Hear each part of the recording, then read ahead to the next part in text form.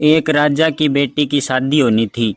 बेटी की शर्त थी कि जो 20 तक गिनती सुनाएगा वही राजकुमारी का पति बनेगा, लेकिन गिनती ऐसी होनी चाहिए जिसमें सारा संसार समा जाए, और जो यह गिनती नहीं सुना पाएगा उसे 20 कोड़े खाने पड़ेंगे। राजा ने दावत का आयोजन भी किया, मिठाई और विभिन्न पकवान भी तैयार किए। पहले सभी दावत का आनंद लेते और फिर सभा में राजकुमारी का आयोजन शुरू होता। एक से बढ़कर एक राजा महाराजा आए और सभी गिनती सुनाते जो उन्होंने पढ़ी हुई थी, लेकिन कोई ऐसी गिनती नहीं सुना पाया जिससे राजकुमारी प्रसन्न हो जाए। अब जो भी आता कोड़े खाकर चला जाता। कुछ राजा तो आगे ही नहीं आए। उनका कहना था कि गिनती तो गिनती होती है, भला इसमें संसार कैसे समा सकता है।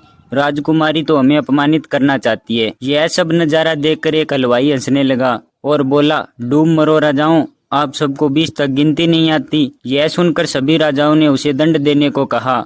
राजा ने पूछा, क्या तुम गिनती जानते हो? यदि जानते हो तो सुनाओ। हलवाई बोला, हे राजन, अगर मैंने गिनती सुनाई तो क्या राजकुमारी मुझसे शादी करेगी, क्योंकि मैं आपके बराबर का नहीं हूँ। यह सुनकर राजकुमारी बोली, यदि तुम सही से गिनती सुनाओगे तो मैं तुमसे शादी जरूर करूँगी, लेकिन अगर नहीं सुना पाए तो तुम्हें तो मृत्यु दंड मिलेगा।